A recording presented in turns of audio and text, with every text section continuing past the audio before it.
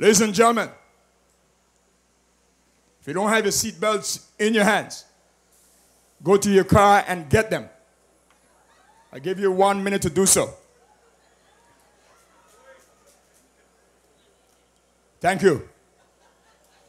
Because, ladies and gentlemen, this is a time that we are very nostalgic and very happy to know that the people all over this country are very pleased to know that the National Democratic Party, under the leadership of Dr. D. Orlando Smith, in his search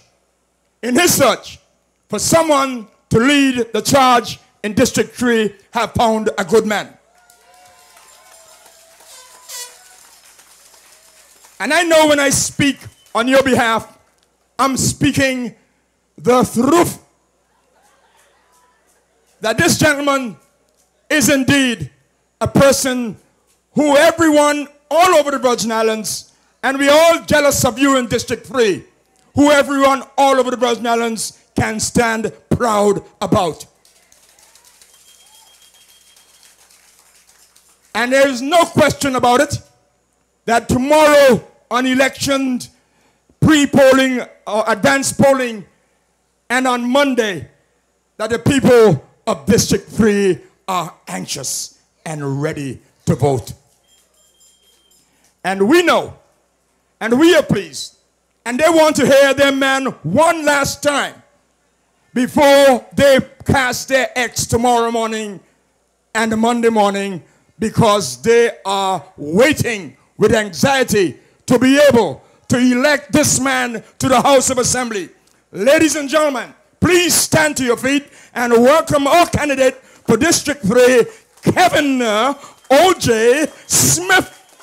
Come on up here, Brother Kevin, and do your thing for the people of District 3.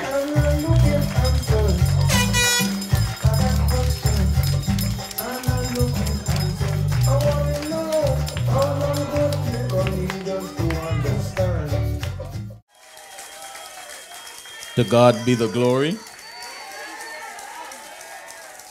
Great things he has done.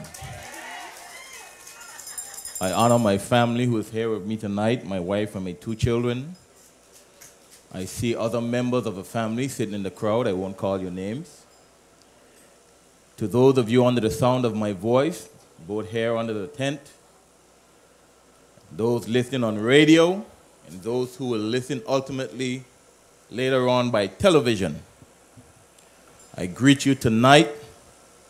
I greet the entire 3rd District and the entire beautiful British Virgin Islands.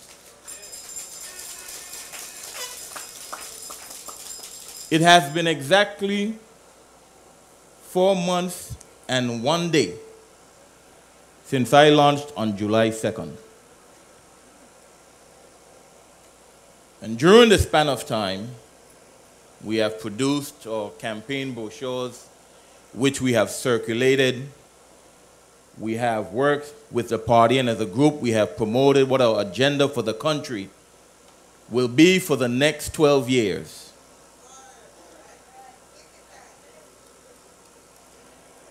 One of the first things that I believe is paramount in this election is responsible representation. I believe that when you go to the polls to cast your vote, you are ultimately voting for the future that you wish to see. And the candidate that you select must be a reflection of the issues you wish to address and the future you desire for yourselves and for your families. I have said before that we not only fight for all BVI Islanders today, but we also fight for the BVI Islander we cannot see tomorrow.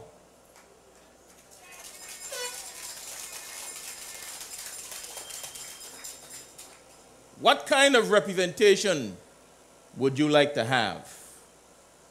You, the voters of the 3rd, and the country at large must determine and decide what kind of representation you wish to have.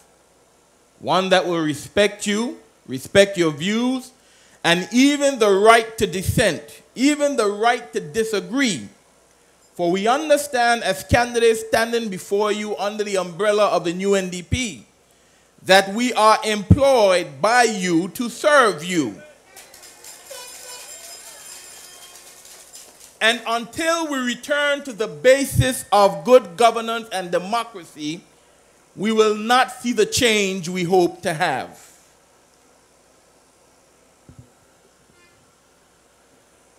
On September 1962, a survey of economic potential and fiscal structure was conducted by Colleen O'Loughlin on behalf of the then Colonial Office and the administration of the British Virgin Islands.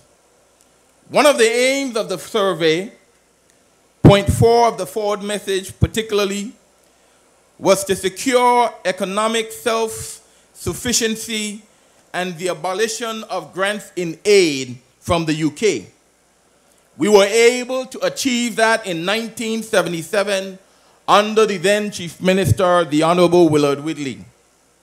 That was one of the many great moments in our system of government. Self-determinism has always been the march of our forefathers since the abolition of slavery, and responsible government our crown since the reconstitution of our Legislative Council in 1950. And if there has ever been a jewel that captured the brightness of this country's spirit and reflected the pride of our people, it has been our departure from grants and aid from the UK. Now the crown of responsible government and representation is broken and the jewel in jeopardy of destruction. We've learned in recent times that our budget has to be sent to the UK for approval because the current government breached borrowing guidelines by not meeting the reserve requirement, while the 2007 auditor's report clearly points out that under the NDP, $82 million was left in the consolidated fund.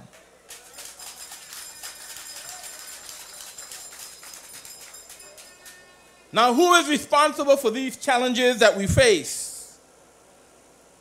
We are in a crisis. The economy is bad. Electricity bills are high.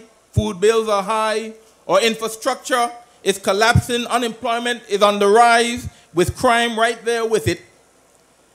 And they have neglected our tourism product. We have said all along that the entire incumbent government is responsible.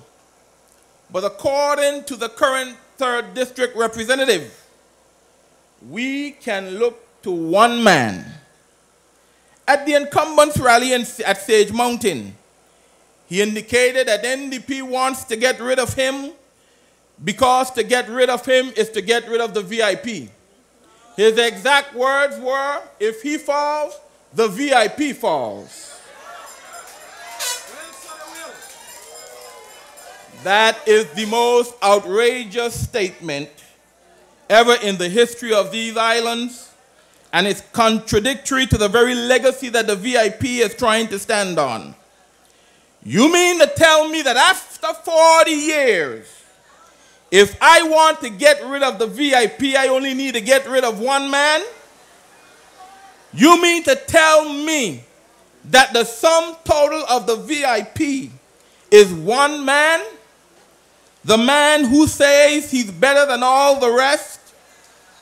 Now we understand, because that is like saying that you are the VIP. That's not self-confidence, that's something else. Barack Obama talked about the audacity of hope, but tonight I want to talk to you about the audacity of despair. That you are so desperate that you have likened the entire 40 years of the party unto thyself. If I were a VIP supporter, I would not stand for that. We have no interest as the NDP in even trying to remove one man. We seek to save and to represent the one country we have and the one future that is ours from our birthright. So if by one man error came into our world, by many men and women, we will wipe it out on November 4th and 7th.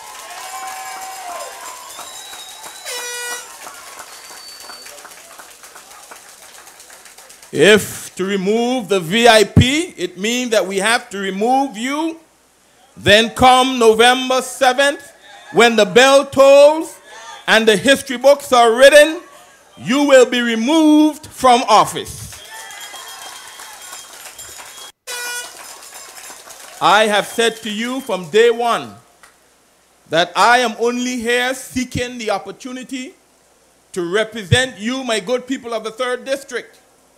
I am here to be your employee to make sure the needs that you have are met and the critical issues in our country and our district are properly addressed. I am here because I want to make sure that every 3 months I'm dialoguing with you and reporting to you on the plans that we have created together for the district and for the territory. 13 men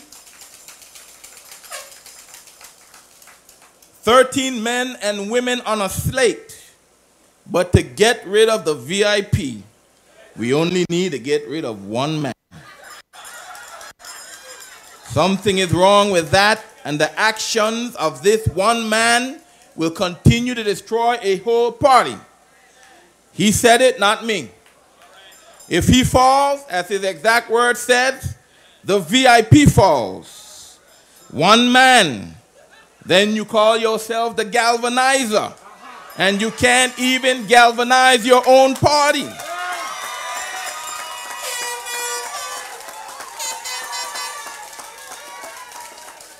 But you tell the whole world that the whole party is riding on your narrow shoulders.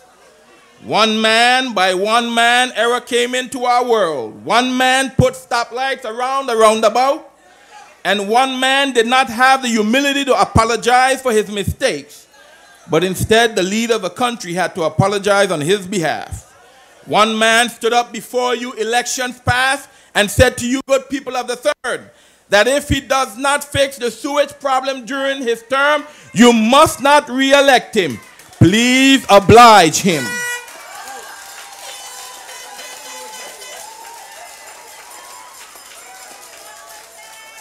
The same sewage that the one man promised to fix has already killed our reef, and the entire ecosystem of our bay has collapsed.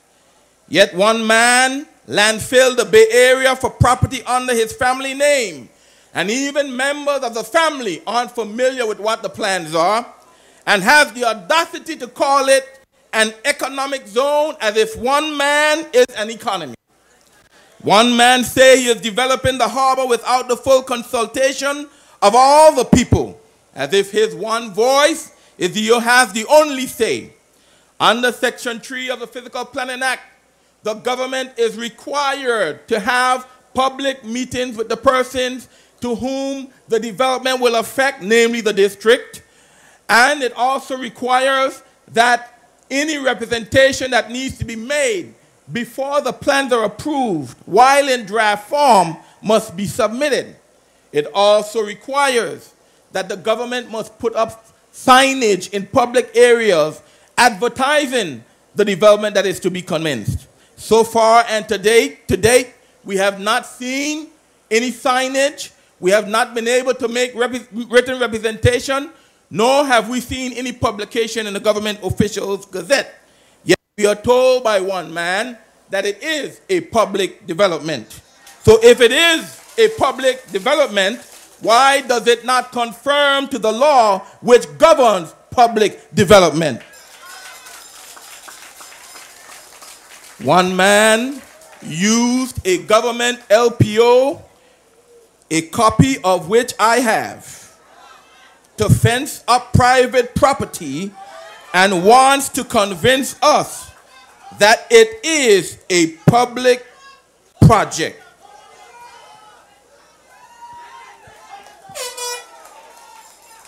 Don't worry, we'll supply the media. That kind of galvanizing will not stand up in the economic hurricane we are in, and unless we work together and hold one another accountable, we will still fail together. No more one-man gang. One man wiped out the legacy of our forebearers who believed that BVI landers should prosper in their own country. One man shrouded, covered, concealed, overshadowed the efforts of Mr. Fonseca, De Castro, and Faulkner. One man seeks to undo the sacrifices of our past leaders who all believe that we should do everything to promote BVI lander ownership. We should do everything, I submit to you, to ensure that as much wealth that is generated in this country stays in this country. Without money circulating in our shores, there can be no prosperity, jobs, opportunities for our people, and any one man that does not understand that is doing his people a disservice. We do not own the banking industry, we do not own the trust industry, the hospitality industry, and so forth. And while I encourage responsible external investment, I'll fight. I say to you, I will continue to say to you that I will fight to encourage local investment and development. We would have dishonored everything we once stood for if we continue on this path. One man brought by water to our shores and caused a water upheaval in our country, despite the fact that it was and still is the government's responsibility for the distribution lines. He refused to acknowledge that we had a distribution issue with the water. Right. Look around and you will find pipes bursting everywhere to this day. And while we are on the issue of pipes, the liberator who thought he liberated us from high price of water, although the water plant, which sits on the Fraser's property, is charging the government $18.92 for every 1,000 imperial gallons, has neglected to tell you that Bywater has brought to our shores cast iron pipes that we have refused and no longer use in this territory. Now, cast iron pipes are not the new technology cast iron pipes that have the concrete coating to prevent the rust that will accumulate from the chlorine water that will be passing through those uncoated pipes. That's what Bywater is putting down, and if you don't believe me, take a trek up to the site and see for yourself.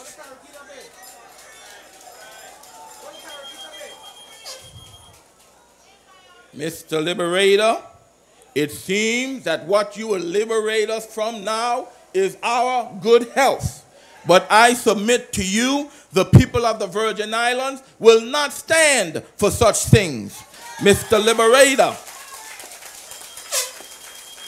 since you carry the weight of the whole VIP on your shoulders, since you are the man better than all the rest and all that, you can't even get a hospital finished, can't get no mini hospital on Virgin Gorda, but you bring us rusty pipes to liberate us from our good health.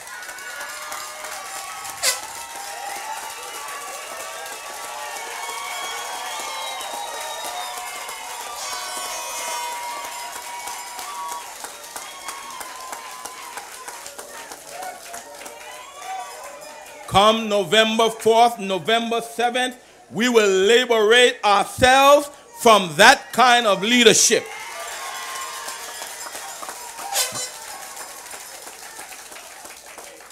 People are facing serious challenges with the economy in a crisis. With the FCR on our heels, people are paying high bills. People are complaining, can't even sometimes find money to give their children for lunch. And all we can bring to the table is mudslinging, more mudslinging, and endless mudslinging. It's time for the mudslinging to end, and it's time for you to elect a party that is responsible, that has integrity, and will work day and night to fix the problems that is facing this country for the future generations to come. I'm talking about the new NDP.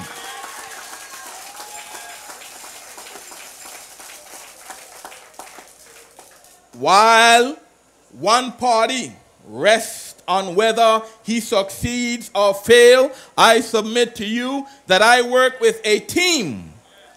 We believe that no one man is an island. We believe that no one man can do it alone. We believe that unless we hold hands together, unless we work with the people, unless we communicate with each other, unless we look out for each other, we will not fix the challenges that we face. We believe that just as 1,500 BVI landers marched for the right for good governance, we believe that 30,000, 35,000, whatever number it may be, must now work together for the common good, to preserve the quality of life that we are used to develop our economy so that we can have better lives, so that our children can be educated, and so that their future continues to remain secure.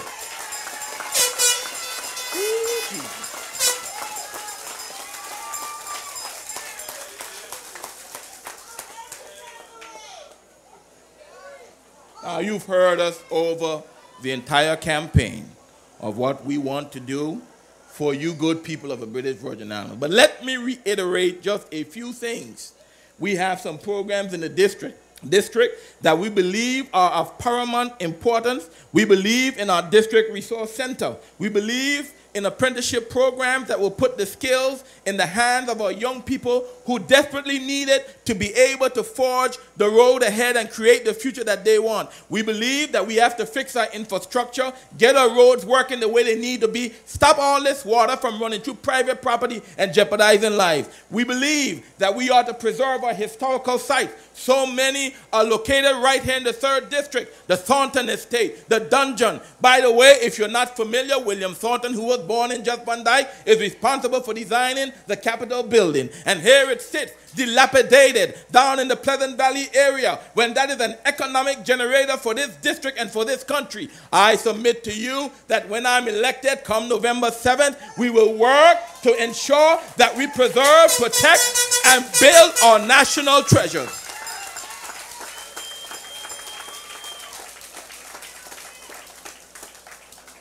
I want to be the type of representative that you can approach anytime and even disagree with. Because none of us, no one man has all the answers, no one man knows everything, and sometimes one man needs to listen to many men.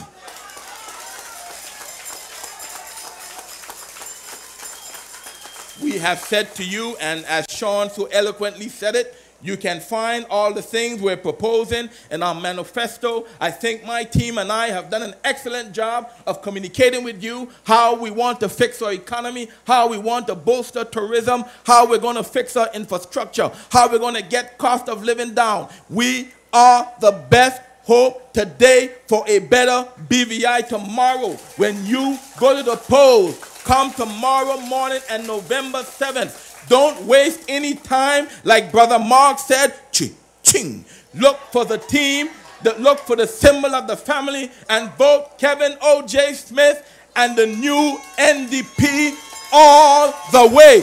Thank you. Good night. God bless you, and God bless these beautiful British Virgin Islands.